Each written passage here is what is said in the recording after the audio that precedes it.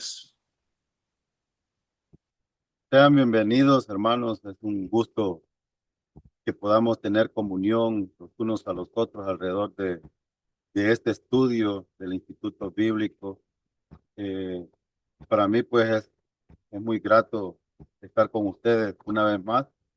Y estamos estudiando los ministerios del Espíritu Santo. Y en este caso, estamos viendo la tercera parte. Ya hemos estudiado los ministerios del Espíritu Santo antes de la salvación.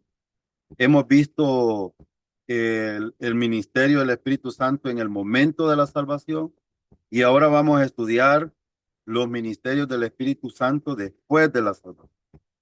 Es decir, ¿qué hace el Espíritu Santo con su ministerio en la vida cristiana o en el diario vivir de un creyente en Cristo? Eso es lo que vamos a ver en esta oportunidad. Para dar un pequeño recorrido de lo que hemos estudiado, estudiamos acerca de la persona del Espíritu Santo. Y ustedes recuerdan que vimos que el Espíritu Santo es Dios, es una persona, no es una fuerza como muchos hablan de ello. Pero también dentro de ello vimos al Espíritu Santo eh, con características, con carácter de persona. Eh, También estudiamos que el Espíritu Santo es Dios y vimos que los ministerios del Espíritu Santo antes de la salvación, eh, también los ministerios del Espíritu Santo en el momento de la salvación y vimos que el Espíritu Santo regenera a la persona que confía en Cristo. No me voy a detener con los versículos que ya estudiamos, pero una de las cosas que es importante recordar, que la palabra regenerar, en este caso, tanto en Tito capítulo 3 versículo 5 como en el Evangelio de Juan, en el capítulo 3 la conversación que Jesús tiene con Nicodemo, tiene que ver con el nuevo nacimiento. Y cuando hablamos del nuevo nacimiento, debemos de centrarnos en la identificación de la persona con Cristo. Es decir, que recibe una identidad. Ustedes deben de recordar que en Adán nosotros tenemos una identidad pasada, pero en Cristo tenemos una identidad presente ahora. Y entonces, cuando hablamos de regeneración, tiene que ver con ese nuevo nacimiento. Pero también quiero recordarles que como vamos a ver la parte práctica y el ministerio que el Espíritu Santo tiene en un creyente, entonces la identidad de Cristo es muy importante porque cuando Pablo habla a los romanos, hay una diferencia entre el viejo hombre y el nuevo hombre, pero también tiene una diferencia el nuevo hombre que tiene que ver con su identidad con la vieja naturaleza o la carne que nosotros le llamamos. Hago esta distinción en primer lugar porque estamos estudiando distinciones bíblicas. En segundo lugar, por algunas confusiones que hay, que la gente no tiene claridad de estos términos. Y por eso me he detenido un poco aquí para que podamos tener un panorama de lo que vamos a ver a continuación. Entonces vimos que el Espíritu Santo regenera, también el Espíritu Santo habita en la persona que confía en Jesucristo, es decir, vive, mora, permanece ahí. No viene y va como algunos creyentes o unas personas creen. Entonces el Espíritu Santo bautiza a la persona que confía en Jesucristo. También el Espíritu Santo sella a la persona que confía en Jesucristo. Esto del sello es importante porque es la garantía que Dios coloca en el creyente hasta la redención, es decir, hasta que Cristo venga. Y este es un tema que vamos a tratar un poco más adelante cuando se hable de la distinción entre la iglesia e Israel, y ahí se ve un poco más amplio este tema. Pero el capítulo 1 de Efesios, versículos 13 y 14, dice que él las arra de la posesión adquirida hasta la redención, es decir, hasta que Cristo venga. también vimos que el Espíritu Santo da dones a cada creyente. Esto implica pues que Él reparte a cada persona como Él quiere. Es decir, el llamamiento es una cosa, pero los dones para el servicio es otra cosa. Entonces, también hablamos de ministerio, porque el Espíritu Santo también reparte, no solo da dones, sino también ministerio. Y en Primera de Corintios 12, del 4 al 11, vemos esto. Entonces, los ministerios del Espíritu Santo después de la salvación, es decir, hablando de la vida práctica de los creyentes o del caminar diario con el Señor, hay un montón de términos que se hablan acerca de esto y el ministerio del Espíritu Santo es muy importante. Una de las cosas que yo siempre aclaro cuando hablamos de los ministerios del Espíritu Santo después de la salvación es que la mayoría de los predicadores, no digo todos, pero la mayoría, siempre han tratado de encajonarnos en cuatro paredes en relación a los ministerios del Espíritu Santo y en relación a los dones de los creyentes.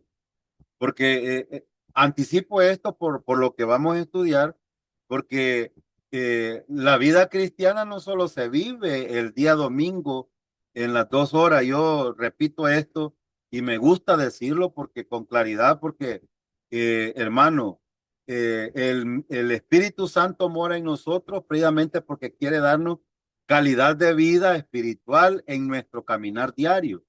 Es decir, en todas las áreas de nuestra vida, en el trabajo, en la familia, como esposo, como hermano, como siervos en un trabajo, como ciudadanos de un país. Es decir, tiene que ver con la vida total de un creyente. Es decir, no esas cuatro paredes del día domingo. Y lo aclaro porque muchos han tratado de encajonarnos en esas cuatro paredes el día domingo. Y también quiero aclarar de que no estoy minimizando, no le estoy quitando valor las reuniones como iglesia. Solo estoy diciendo de que el ministerio del Espíritu Santo es amplio en toda la vida del creyente y en todas las áreas del creyente. Entonces, por eso, lo que vamos a estudiar es muy importante. Para empezar, hablando de la llenura del Espíritu Santo. Yo sé que ustedes han escuchado este término y quiero que usted vaya a Efesios capítulo 5, versículo 18, perdón, porque este es uno de los ministerios y esta llenura del Espíritu Santo no se encajona en cuatro paredes. Este es el deber ser de un creyente. Es decir, todo el tiempo debe de ser así. Y si ustedes van al versículo 18, dice, no os embriaguéis con vino en lo cual hay disolución. Antes bien, sed llenos del Espíritu. Si ustedes notan aquí el versículo, dice, sed llenos del Espíritu. Es decir, antes de todo, antes de que se tome cualquier decisión, lo primero que debe de hacer un creyente es ser lleno del Espíritu. Entonces, ¿por qué razón? Porque el Dios que es el Espíritu Santo morando en nosotros, quiere llenar ahora a cada creyente. Y cuando digo ahora, es decir, debe de ser desde la salvación hasta la eternidad, es decir, hasta que Cristo venga, el creyente debería de mantenerse ahí. Y este es el único lugar donde la llenura del Espíritu es ordenado, es decir, Dios no está diciendo, hey, ¿quieres llenarte? ¿O te está haciendo una pregunta? ¿O te está invitando a llenarte? No, Él te está dando una orden. O nos está dando una orden, mejor dicho. Porque ven ustedes, el verbo ser es un imperativo. Es decir, que Dios ordena que lo haga. Ahora, la pregunta, ¿cuál sería la razón? Bueno, ¿cómo sabemos si es la voluntad de Dios para nosotros? De hecho, es la voluntad de Él porque Él está ordenando hacerlo. Y si lo está ordenando, es porque no hay otra manera de vivir la vida cristiana enfocados en el Señor, a menos de que seamos llenos del Espíritu. Y una cosa que quiero decir también, que, que solamente el poder del Espíritu Santo actuando en un creyente puede glorificar a Dios. De lo contrario, cualquier otra cosa que manifieste el creyente puede ser inclusive religiosidad, carnalidad, o puede ser cualquier otra cosa menos la gloria de Dios. Ahora, solo el Espíritu Santo puede hacerlo y por eso es que Dios insiste en que nosotros seamos llenos del Espíritu Santo. ¿Y por qué razón? Bueno, porque el verbo ser está en el modo imperativo, es decir, es algo que necesitamos, sí o sí, hacerlo. De otra manera, no podríamos agradar a Dios en cualquier cosa que hagamos. Es decir, y fuera del poder del Espíritu Santo actuando en nosotros, todas las cosas serían eh, tomar malas decisiones. Y ustedes ven, por ejemplo, a los Corintios, cuando habla de la llenura del Espíritu Santo o de la vida cristiana, Pablo insiste en el cambiar esa manera de vivir que tenían, que era carnal, que era inclusive, Pablo le llama que actúan como hombres, es decir, como naturales, porque por eso digo que cualquier cosa que hagamos separados del poder del Espíritu Santo, llenándonos, cualquier cosa puede redundar en cualquier actitud, sea natural, sea moral, sea religioso o sea carnal. Por eso es que Dios insiste, pero también hay otra razón, porque esto debe de ser una acción continua. Eh, a medida que nosotros vamos entendiendo a Dios, yo creo que esta es la razón por la cual nosotros es urgente que los creyentes entendamos a Dios, que lo conozcamos, pero también entenderlo. Y la razón que yo veo aquí en el versículo es que eh, Él quiere que nosotros seamos saludables espiritualmente hablando y que el Espíritu Santo pueda actuar en nosotros eh, para que al final la gloria sea para Dios mismo. Pero también, si ustedes ven que este verbo, ser lleno del Espíritu, eh, tiene la razón de que la persona del Espíritu Santo tenga la acción en nosotros y nosotros este, seamos en este caso pasivos. Es decir, por eso es que está en la voz pasiva. O sea que es una acción hecha por el Espíritu Santo, no por nosotros. Entonces, ahora entienden por qué es que el mandato es ser llenos del Espíritu, porque cualquier cosa separado del poder del Espíritu seríamos la fuerza nuestra actuando y Dios no está de acuerdo con eso.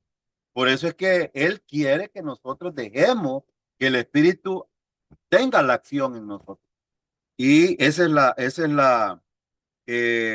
creo yo que ese poder controlador eh, lo necesitamos para que pueda capacitarnos a nosotros eh, a cumplir sobre todo la voluntad de Dios.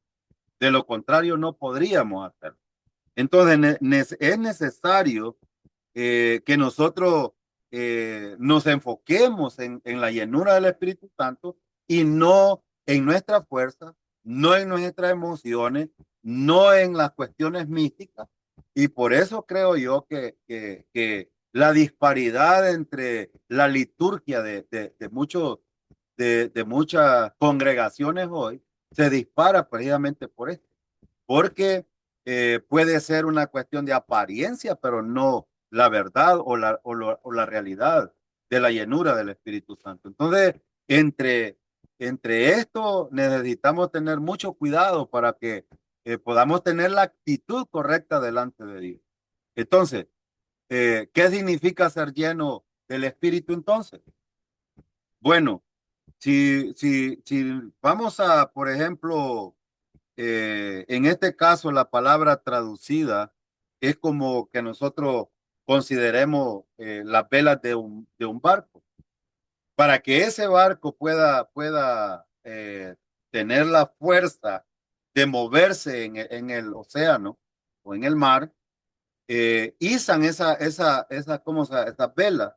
Y esas velas tienen que llenarse de aire para que el aire mismo impulse a moverse el barco. Entonces, esta es una analogía para entender qué significa la llenura del Espíritu Santo. ¿Por qué? Porque la palabra traducida lleno es una descripción del viento aquí. Y es más, en el griego, para hablar de las cosas espirituales, tiene que ver con neuma, es decir, en el latín o ¿cómo se llama? En Latinoamérica usamos una palabra que es similar como neumático. Ustedes ven el neumático es algo que se le echa aire y se infla. Entonces, y toma poder las llantas de los carros, por ejemplo. ¿Cómo es que puede tener la capacidad de una llanta de sostener 5,000 libras, 6,000 libras, 7,000 libras? eh, Precisamente por la presión del aire. Entonces, la similitud de la llenura del Espíritu Santo tiene que ver con ese poder que tiene el Espíritu Santo actuando en un creyente. Pero aquí es donde está la confusión de muchos, hablando del Espíritu Santo como poder, como fuerza y no como una persona. Entonces aquí necesitamos hacer una clarificación. Entonces, ¿qué significa? Bueno, los resultados de ser llenos del Espíritu los vemos en la vida práctica. Y por eso inicié hablando de no de esas cuatro paredes solamente, sino de la vida plena de un creyente, cómo se vive la vida. Entonces veamos, por ejemplo, Efesios 5, 19 al 20. Dice el versículo 19, hablando entre vosotros con salmo. Noten que el verbo hablar está en gerundio. ¿Qué quiere decir el gerundio?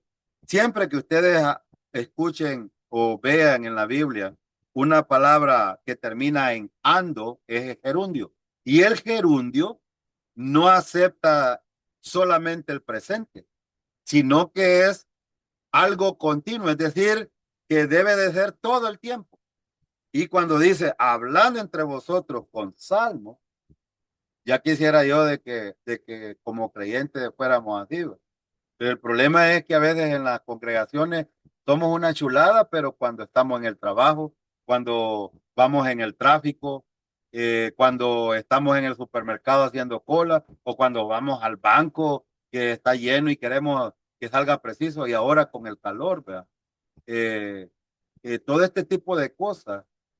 Qué bueno sería que nosotros siempre habláramos con salmos, con himnos y cantos espiritual, cantando y alabando al Señor en vuestros corazones, dando, oigan bien, dice, dando, es decir, ando, es decir, todo el tiempo.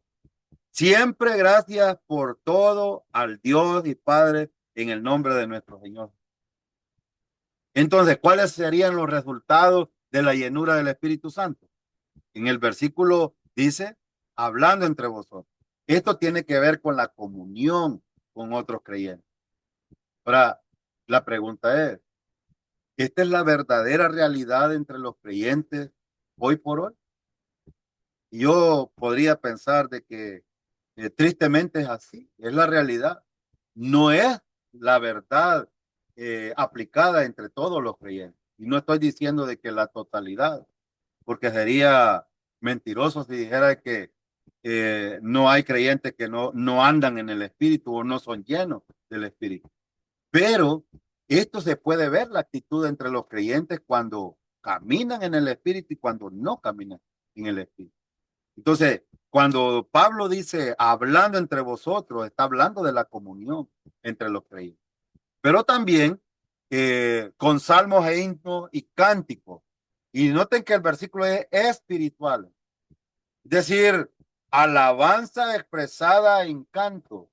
Yo por eso digo de que, y yo invito a los que tienen el ministerio de alabanza en las congregaciones, que en primer lugar revisen las canciones que cantan, que sean bíblicas, que transmitan doctrina y que la gente pueda ser edificada a través de la doctrina o la palabra cantada a través de ese ministerio.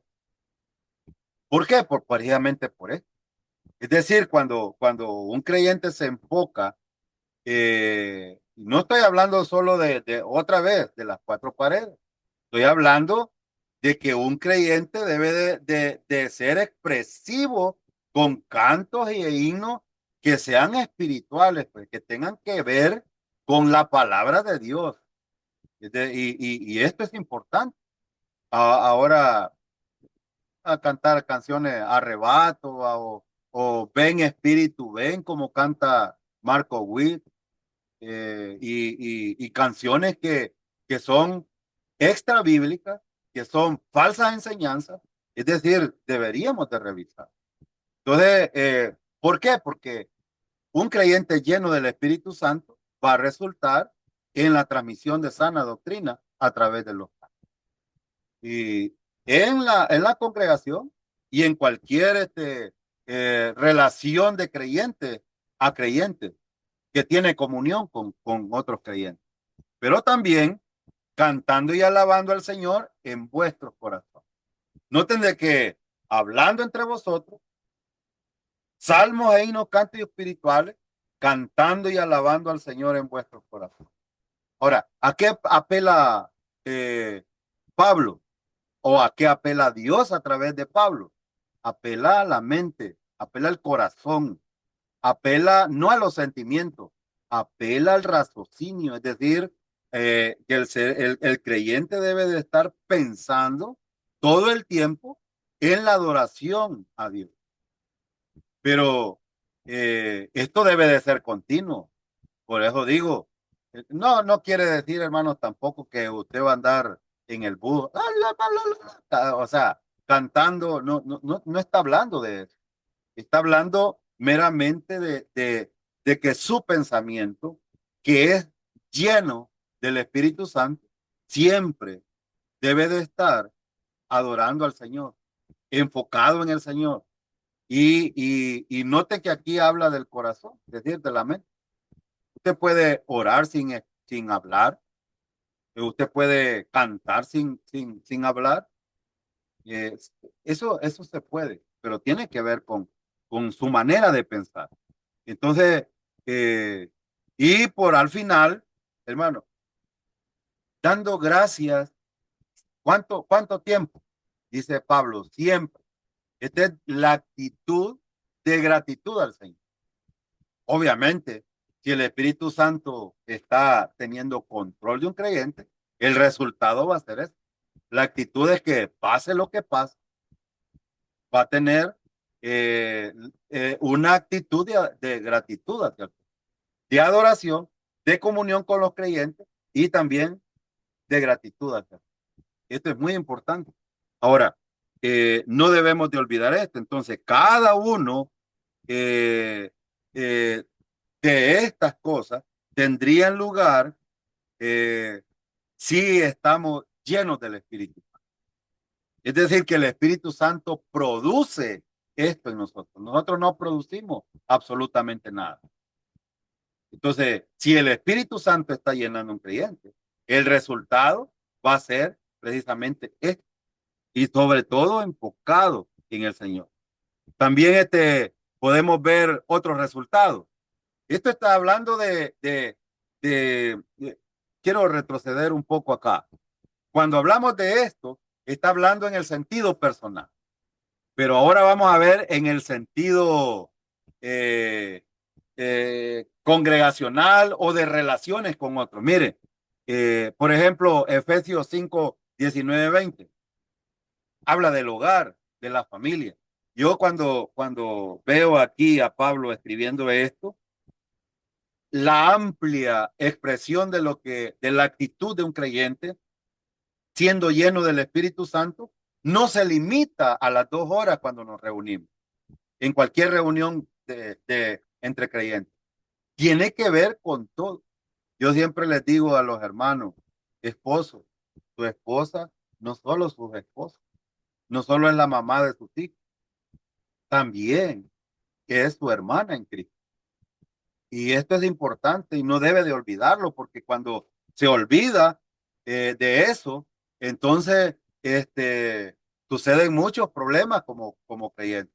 Entonces, en el hogar entre esposos, mire lo que dice Efesios 5, 21 y 22, dice, someteos unos a otros en el temor de Dios.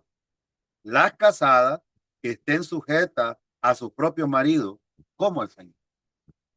Ahora, yo no me voy a detener a explicar mucho este versículo, porque es bien claro, es bien claro. Dice aquí, someteos unos a otros en el temor de Dios. Es decir, sométanse unos a otros respetando a Dios, considerando a Dios, tomando en cuenta a Dios. Eso es lo que está diciendo Pablo. Y si eso pasa, ¿qué significa? El Espíritu Santo controla al creyente y entonces las casadas entonces van a tener la actitud de sometimiento, hermano. Y vean lo que dice sujeta, dice, las casadas estén sujetas a su propio marido, ¿como a quién? Es decir, no puede ser de que una mujer diga que se somete al Señor, pero no a su marido, porque debe de hacerlo así como lo hace con el Señor, debe de hacerlo con su marido. Vean el versículo 25 de Efesios 5, dice, maridos, amad a vuestras mujeres, así como Cristo amó a la iglesia y se entregó a sí mismo por él. Entonces, ¿qué quiere decir esto? Que un esposo que tiene una mujer que se sujeta, y no voy a hablar de estas cuestiones de género, hermano, y tampoco de cuestiones culturales, eso yo creo que debemos de pasar esa línea ya y enfocarnos en la actitud correcta, tomando en consideración la llenura del Espíritu Santo. Porque lo demás solo es carnalidad, religiosidad y más, puede redundar en hipocresía religiosa. Y yo soy bien claro para decir estas cosas porque eh, un esposo que ve a su esposa sometiéndose, ¿cómo no la va a amar? Pero mucho más allá. Miren el versículo de marido, amad a vuestras mujeres, así como a Cristo amó la iglesia. Es decir, que la llenura del Espíritu Santo le permite a un esposo, teniendo una mujer rebelde, amarla a pesar de. O Cristo no nos amó a pesar de. Vean, el sentido es que el Espíritu Santo tiene el valor y el poder de traspasar, y por eso se llama llenura del Espíritu Santo. Es porque el valor y el poder del Espíritu Santo rebosa, sobrepasa. Y por eso es que no es la sugerencia. Ven que ustedes dicen aquí, para las mujeres dice, someteos unos a otros. La casada, sujétense a su marido. Son verbos imperativos. A los maridos, amen a sus mujeres. Es decir, háganlo. No les está sugiriendo, no les está diciendo, ay, vean ustedes si las aman. No, es decir, pero si ustedes ven así como Cristo amó la iglesia y se entregó a sí mismo. Entonces, si nosotros estamos separados del poder del Espíritu Santo, es decir, si Él no tiene el control, si Él no tiene si yo le estoy dando el control a la vieja naturaleza, es decir, al poder del pecado en mi vida y me convierto en un hombre carnal, difícilmente podría suceder esto. Entonces, por eso es que el ministerio del Espíritu Santo, el poder controlador, ahora que somos hijos de Dios, creyentes en Cristo por nuestra posición y por nuestra identidad con Cristo, debería de suceder. Ahora, la pregunta es, ¿sucede a menudo? ¿Sucede todo el tiempo o nunca sucede? Esta es una realidad entre los creyentes. ¿Y por qué es una realidad? Ustedes ya vieron el hombre natural, el hombre carnal y el hombre espiritual. Entonces, el hombre identificado con Cristo, es decir, que tiene la posición en Cristo, forma parte de la iglesia, puede tener esas dos. Puede ser espiritual o puede ser carnal. El hombre natural solo puede ser natural. Y obviamente es carnal por su identificación, por el poder controlador que tiene. Pero nosotros no, tenemos también dos opciones. Ahora, en el mejor consejo de los matrimonios, yo creo que este es uno de ellos, pero también en el hogar con los hijos. Entonces, Pablo no se limita solo a esa relación de pareja, también va hacia los hijos. Y ustedes ven Efesios capítulo 6, versículo 1, Pablo dice, hijos, obedeced en el Señor a vuestros padres, porque esto es justo. Otra vez, imperativo, obedecer. Eh, ¿Es correcto esperar que los hijos sean llenos del Espíritu? Ustedes se han hecho esa pregunta. ¿Es correcto esperar que si son creyentes en Cristo sean llenos del Espíritu? Por supuesto que sí.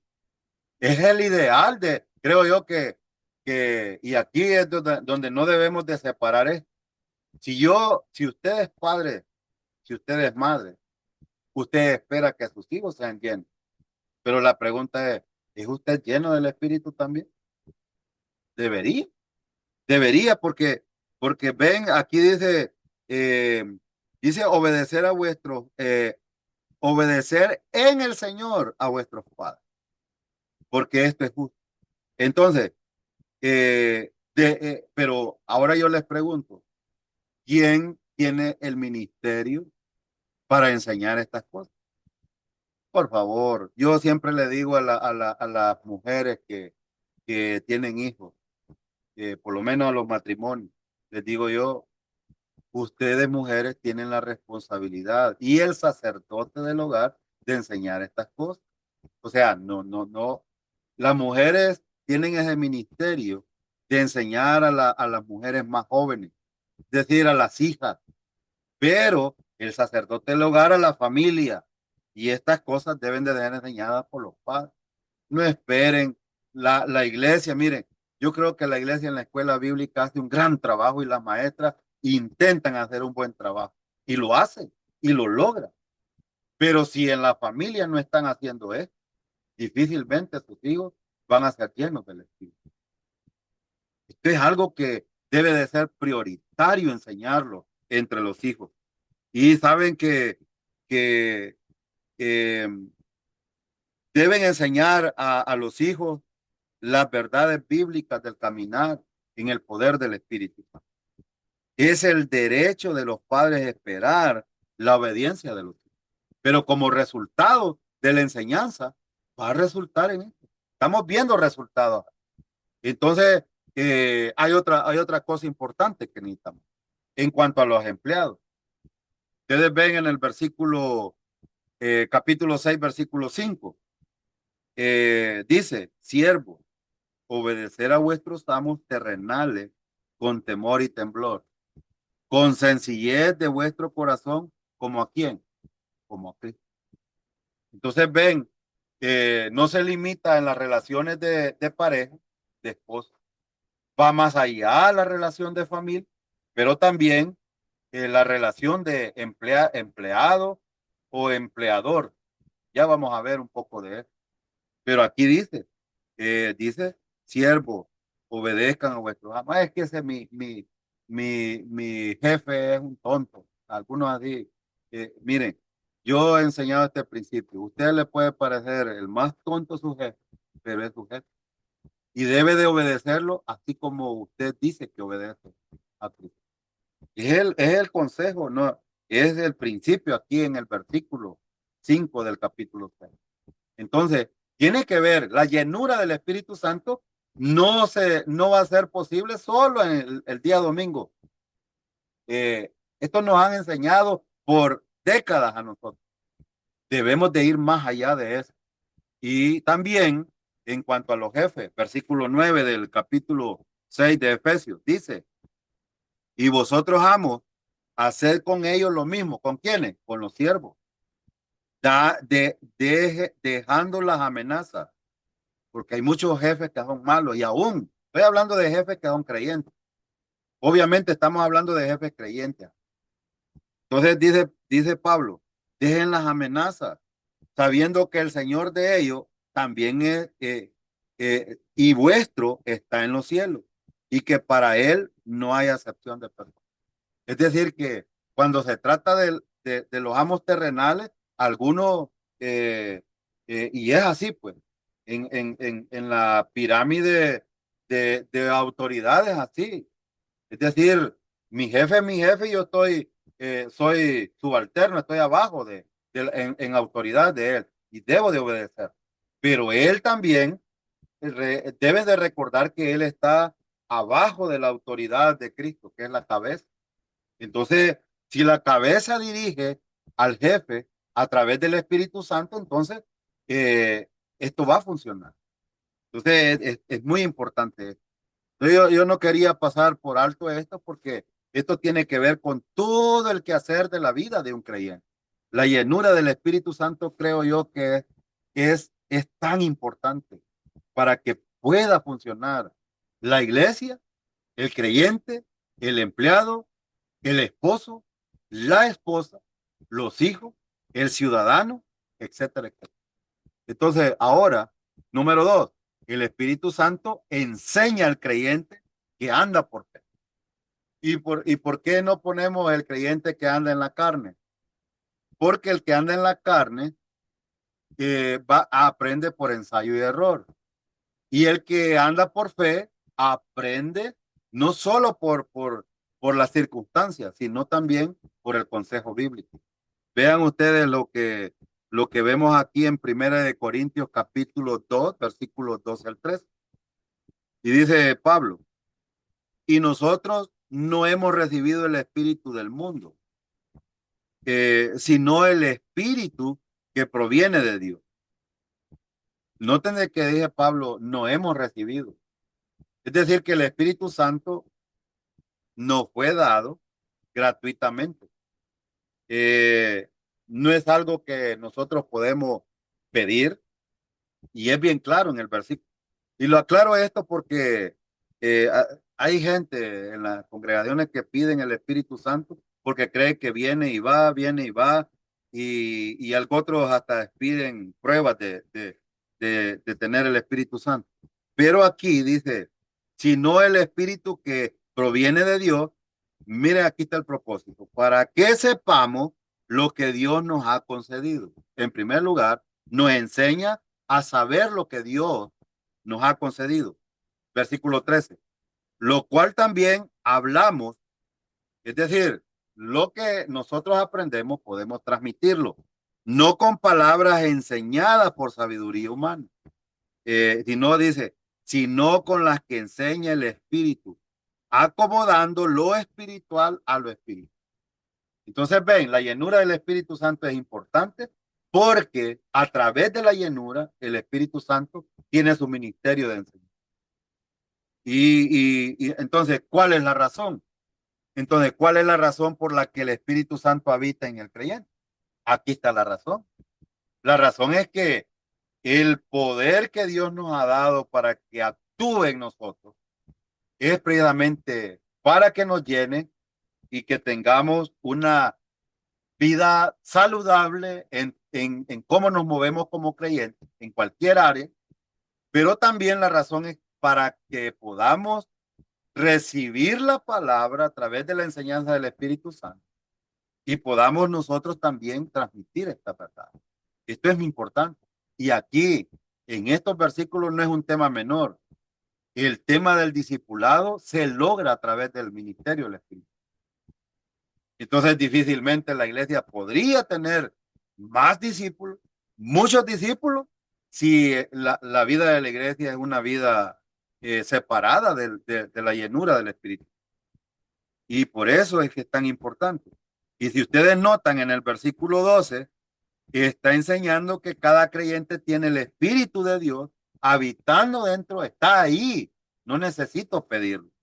Ahora, ¿cuál es el propósito? Dice aquí el versículo, para que sepamos lo que Dios nos ha concedido. Y mire, Dios no nos ha concedido una pequeña cosa, nos ha dado amplias cosas que nosotros podemos aplicar en nuestro diario vivir. Entonces el Espíritu Santo quiere darnos un entendimiento las verdades objetivas de la Escritura. Sobre todo es, obviamente, hermano, cuando un recién convertido eh, es salvo, eh, es un niño.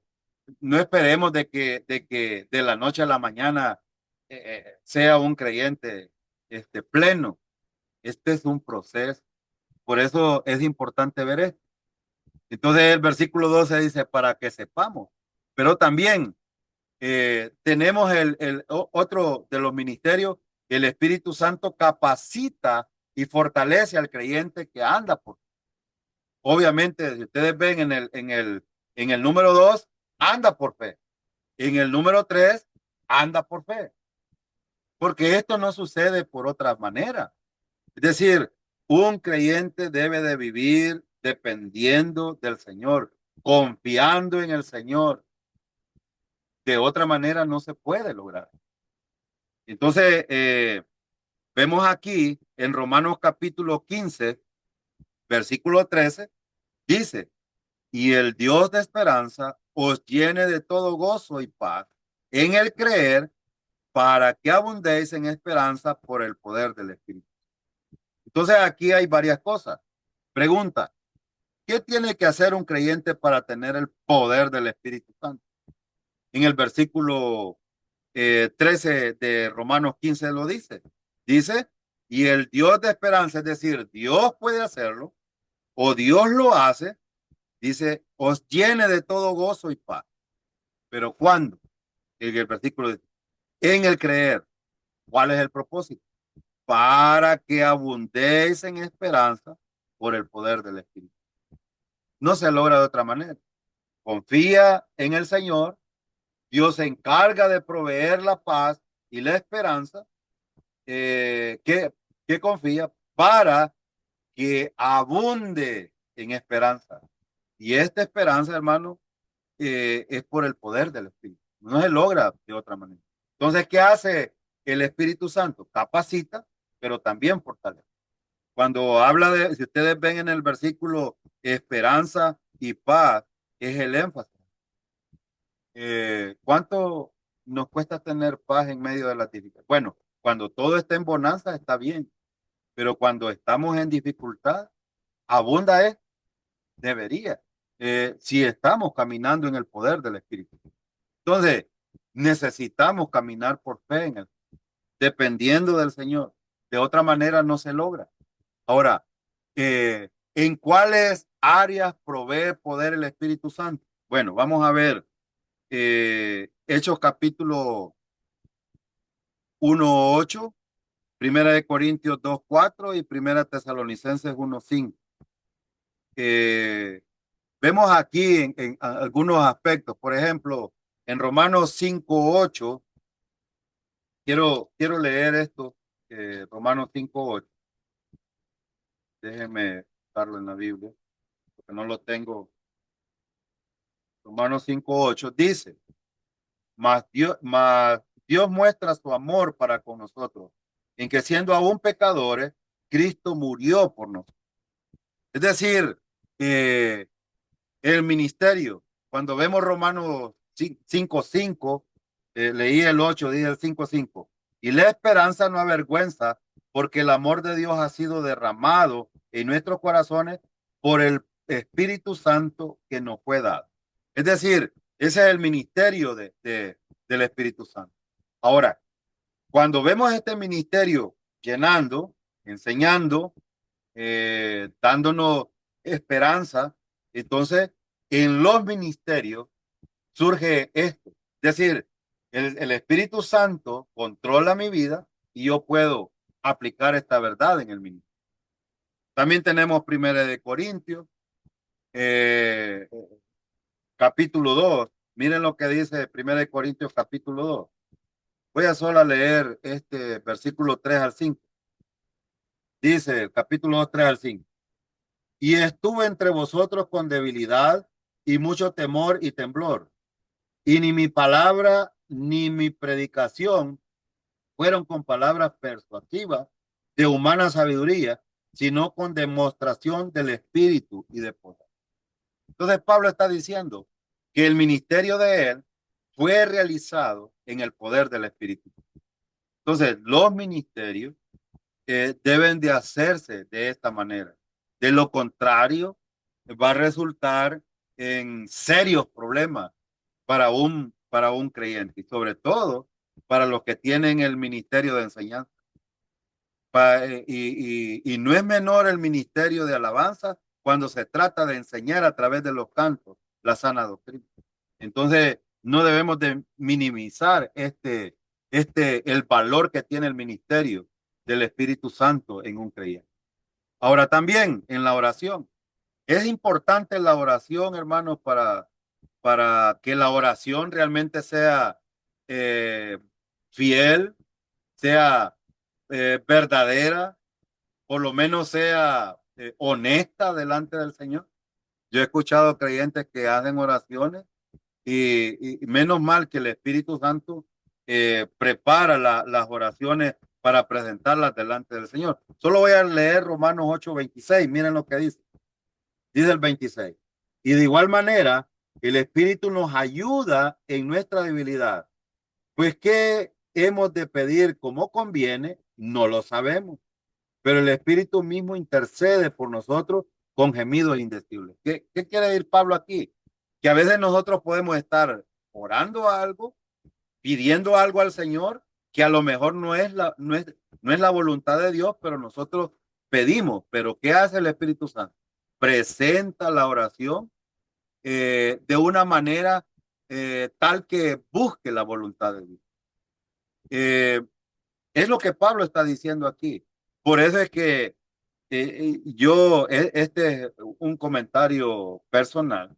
Yo creo que cuando la congregación ora, debería de escuchar al orador y no estar todos orando al mismo tiempo. ¿Saben por qué? Porque este, podemos dar, ¿cómo se llama? Dar un amén a lo que está diciendo el orador teniendo el racionamiento correcto, digo, en relación a la llenura del Espíritu Santo, para poder presentar esa oración como iglesia al Señor, buscando la voluntad.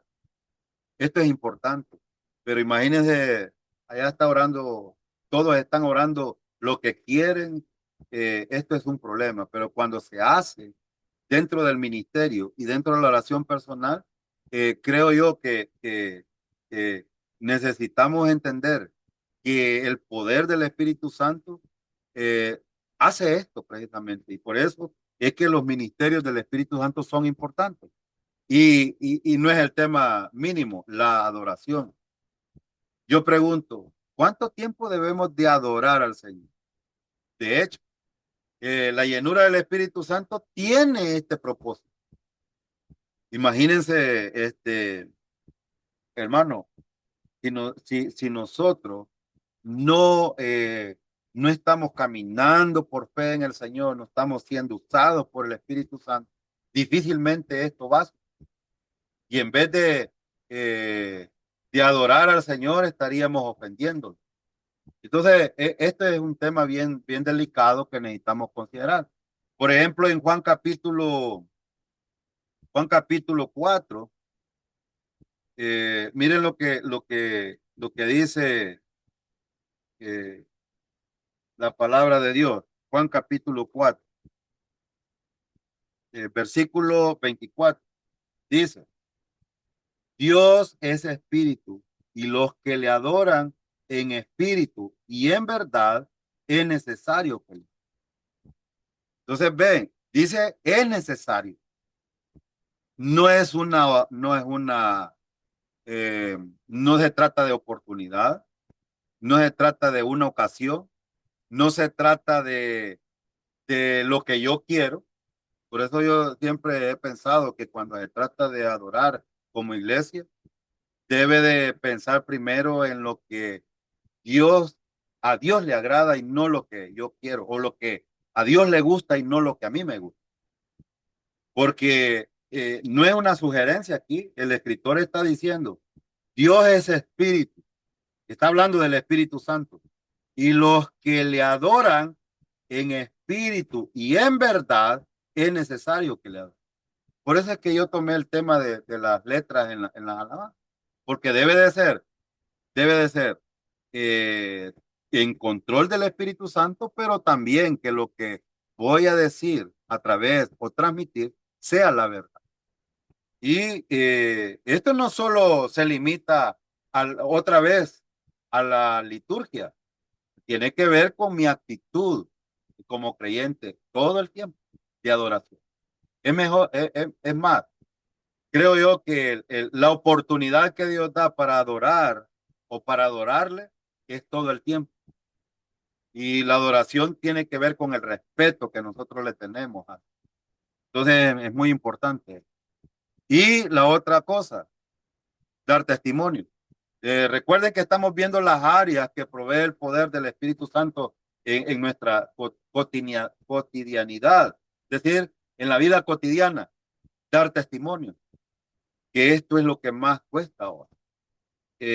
Juan 15 habla, aquí Jesús está dando un sermón a los discípulos y el tema aquí no es la salvación, el tema es la santificación. El tema aquí es eh, la permanencia, es decir, cómo yo estoy caminando en fe, estoy permaneciendo en Cristo para que pueda dar testimonio. Y no es necesariamente el testimonio verbal, puede ser con mi actitud. Y es lo que Santiago en el capítulo 2 expresa. ¿Cómo tú puedes decir que eres verdadero creyente o que eres creyente o que conoces a Cristo si tu fe no dice, o sea, lo que tú dices que tiene fe, pero tus obras dicen lo contrario? Es decir, es lo mismo. El testimonio tiene que ver con. Y en el capítulo 15, en el versículo 26 y 27, Jesús dice en el 26, pero cuando venga el Consolador, a quien yo os enviaré del Padre, el Espíritu de verdad, el cual procede del Padre, él dará testimonio acerca de mí. Entonces, el testimonio, cuando se trata de dar testimonio, no es testimonio, no es el testimonio de Cristo. ¿Quién es Cristo? ¿Qué ha hecho Cristo? Por eso es que el Evangelio, esa verdad del Evangelio es tan importante. Y creo yo que el propósito de que el Espíritu Santo empodere a un creyente, que tenga control en un creyente que camina por fe, precisamente es para eso. Entonces, pureza. La pureza tiene que ver con la santidad, es decir, mi caminar diario apartado para el Señor. Romanos 8, versículo 2. Solo voy a leer eso, ustedes pueden leer los demás por el tiempo. Yo no tengo mucho tiempo, pero en Romanos capítulo 8, versículo 2 dice, porque la ley del Espíritu de vida en Cristo, es decir, está hablando de la posición en Cristo Jesús, me ha librado de la ley del pecado, es decir, del poder controlador del pecado y de la muerte. Y dice el versículo 3, porque lo que era imposible para la ley, por cuanto era débil por la carne, Dios enviando a su Hijo en semejanza de carne, de pecado, y a causa del pecado, condenó al pecado en la carne. Ahora, este tema es un tema bien amplio. Cuando ustedes oyen el hablar del viejo hombre, y algunas veces cuando se refiere, por ejemplo, en este contexto, al pecado, está hablando de esa identidad que teníamos en Adán. Y aquí eso, bueno, dice el versículo 3, porque lo que era imposible para la ley, por cuanto era débil por la carne, está hablando aquí, está hablando del viejo hombre. Dice, Dios enviando a su hijo. ¿Y por qué digo del viejo hombre? Porque hace la comparación entre esa identidad que tenemos en Adán o que teníamos en Adán con la identidad de Cristo. Y por eso pone a Jesucristo. Dice, Dios envió a su hijo en semejanza de carne, es decir, como ser humano, un ser humano que tiene identidad. Dice, y carne de pecado, es decir, semejanza a semejanza de pecado y a causa del pecado, es decir, por el pecado, es decir, por esa identidad que teníamos, dice, condenó al pecado, es decir, condenarlo, es decir, llevarlo en la cruz, pues, y dice, en la carne. eh, eh, Versículo 4 dice, para que la justicia de la ley se cumpliese en nosotros, no dice por nosotros, dice en nosotros, que no andamos conforme a la carne. Ahora está hablando del poder controlador, está hablando de la vieja naturaleza que controla a un creyente y lo vuelve carnal, sino conforme al espíritu. Noten aquí el poder controlador, dice Pablo, ya no andamos con ese poder controlador que antes teníamos. Ahora está diciendo, ahora tenemos al Espíritu Santo, que es nuestro poder controlador, al cual debemos de darle prioridad. Entonces, ven, hice un juego de palabras entre el viejo hombre, el nuevo hombre y el poder controlador, que es el Espíritu Santo o la vieja naturaleza. Entonces, son dos cosas distintas. ¿Cuándo recibimos el nuevo hombre? En la regeneración, cuando confiamos en Cristo. ¿Por qué? Porque es nuestra identidad. En el versículo 2 dice, porque la ley del Espíritu de vida en Cristo, está hablando del nuevo hombre aquí. Entonces, ven, hay una gran diferencia y no sé, algún día vamos a tener un poco más de tiempo de esto para clarificar esto. Si ustedes tienen una pregunta, pues al final. Entonces, pureza, pero también esperanza y confianza. Ven ustedes aquí en Romanos 15:13. Dice Romanos 15:13. Dice Pablo. Y el Dios de esperanza os llene de todo gozo y paz en el creer, para que abundéis en esperanza por el poder del Espíritu. Entonces, eh, la esperanza y la confianza solo la provee el Espíritu Santo. Y de otra manera no podríamos. Ahora, ¿cuál es nuestro enemigo entonces?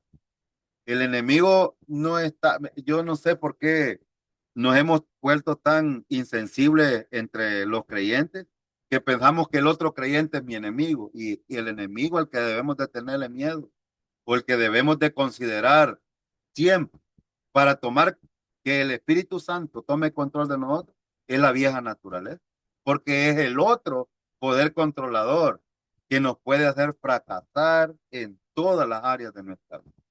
Entonces es muy importante aquí entender este punto. Número 4, y voy un poquito más rápido por el tiempo.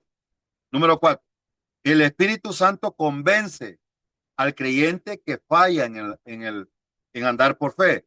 Dice Hebreos 12:5, y habéis ya olvidado la exhortación que como hijos se os dirige, diciendo, hijo mío, no menosprecies la disciplina del Señor, ni desmayes cuando eres reprendido por él.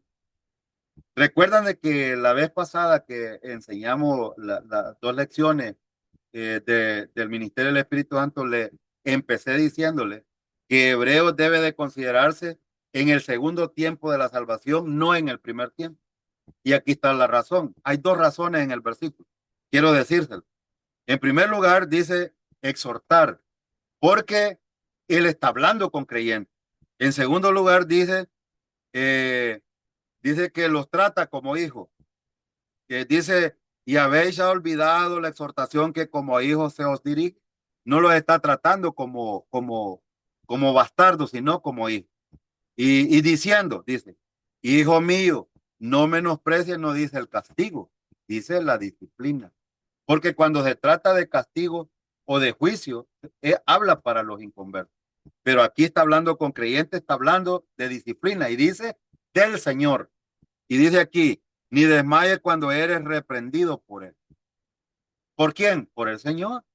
Pues, esto es importante porque en Apocalipsis capítulo 19 dice, yo reprendo y castigo a todos los que amo.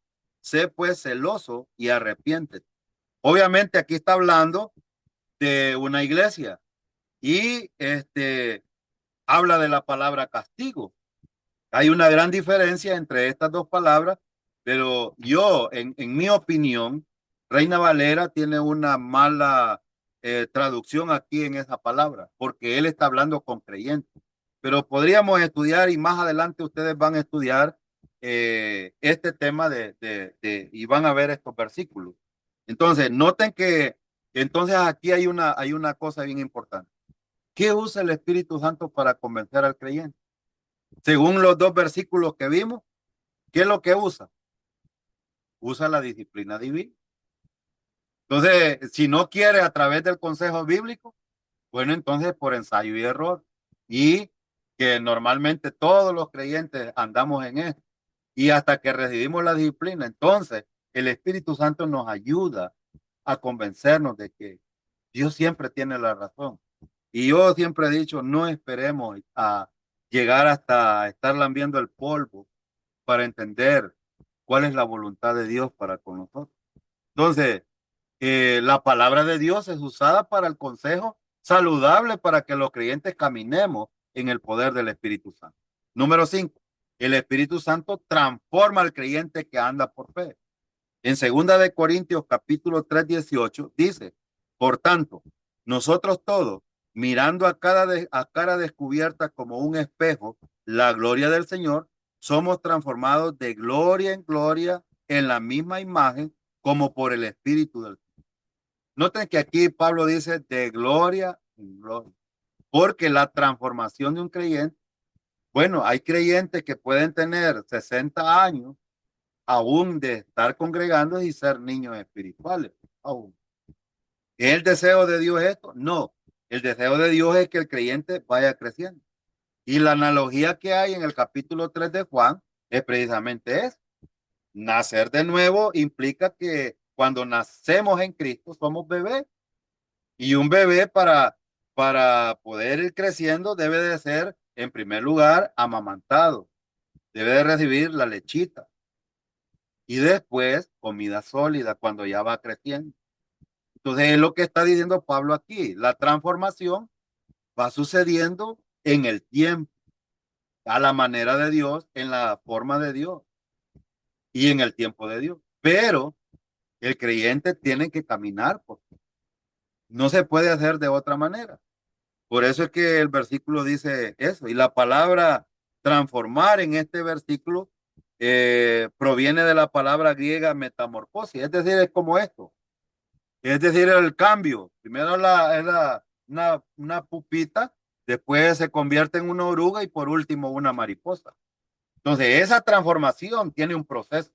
No es que surge, se va a parar el predicador, chim, pum, pan, tortillas, papas y sucedió. No. Por eso es que los pastores necesitan tener mucha paciencia y sobre todo el poder controlador, ser llenos del Espíritu todo el tiempo. Por esto, porque de otra manera, hermano, difícilmente podríamos soportarnos entre creyentes. Ahora, eh, ¿qué usa el Espíritu Santo para transformar al creyente? La palabra de Dios, el alimento, que es el alimento que necesita cuando es bebé para poderlo transformar, pero también es este proceso es un proceso o un evento. Bueno, a veces los pastores aquí se defraudan porque algunos creen que es un evento y no sucede así, es un proceso. Esto es un proceso. Entonces yo yo siempre animo a los pastores y les digo, esperen el Señor. Tarde o temprano, yo cuando veo el cuadro de José, cuando los hermanos lo venden a Potifar y se lo llevan, pasó largo tiempo, no crean ustedes que fue un poco de tiempo, pasó mucho tiempo para que José y muchos sufrimientos, sacrificios, pero José siempre dependió del Señor y al final José es un gran ejemplo. Entonces aquí, previamente porque es un proceso, pero necesitamos caminar en el poder del Señor. Ahora, 6. El Espíritu Santo consuela al creyente que anda por fe. Noten de que todas las frases siempre terminan por fe porque es necesario depender del Señor. Ahora, Juan capítulo 14, versículo 16 y 17. Dice, yo rogaré al Padre y os dará otro consolador. Entonces el Espíritu Santo consuela para que esté con vosotros para siempre.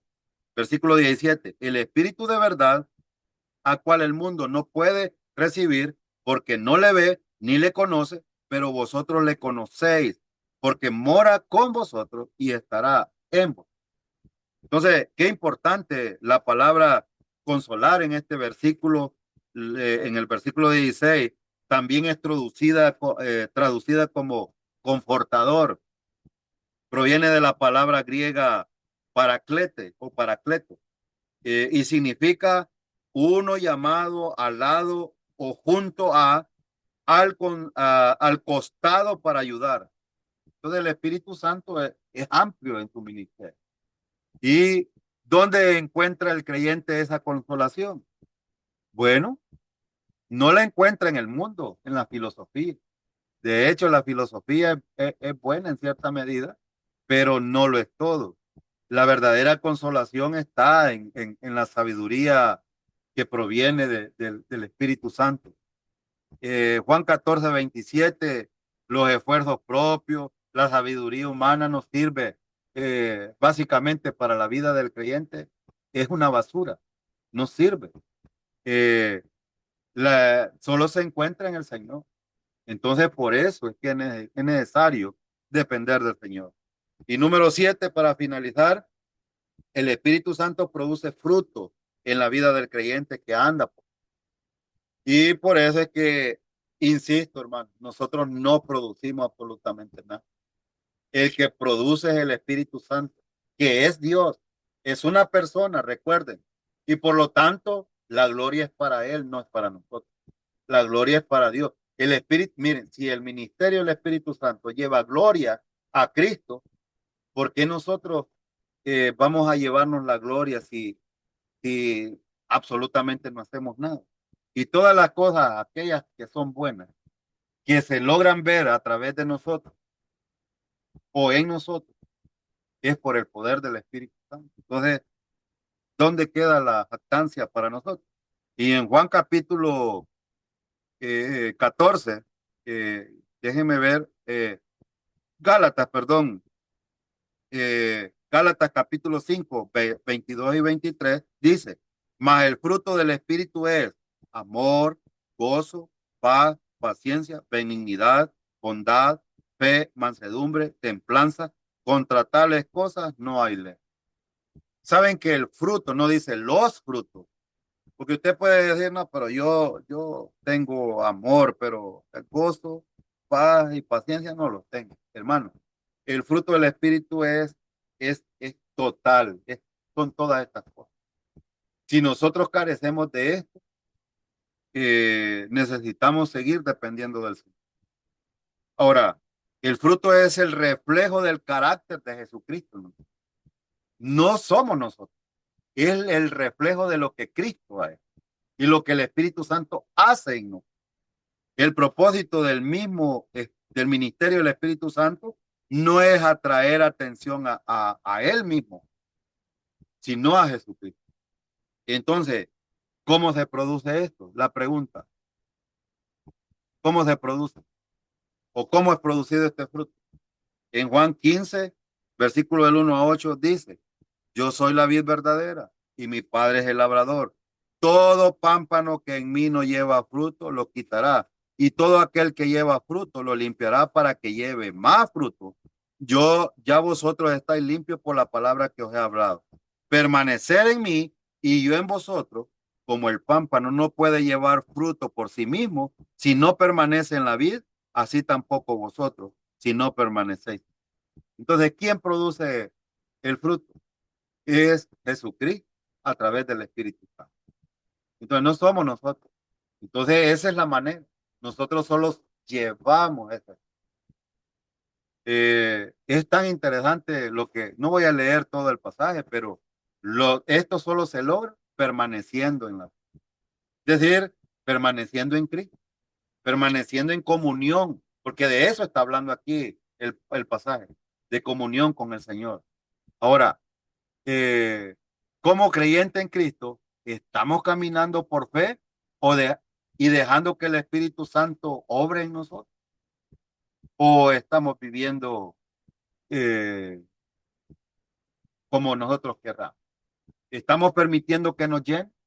¿Estamos permitiendo que nos enseñe? ¿Estamos permitiendo que nos capacite? ¿Estamos permitiendo que nos convenza? ¿Estamos permitiendo que nos transforme? ¿Estamos permitiendo que nos consuele? ¿Estamos permitiendo que produzca fruto en nosotros? ¿Estamos permitiendo que Él tenga el poder en nuestra vida? Ese es el deseo del Señor. Y si queremos tener vidas saludables, no que tengamos vidas fáciles, porque jamás voy a decir eso, sino vidas saludables en las circunstancias de la vida que nosotros.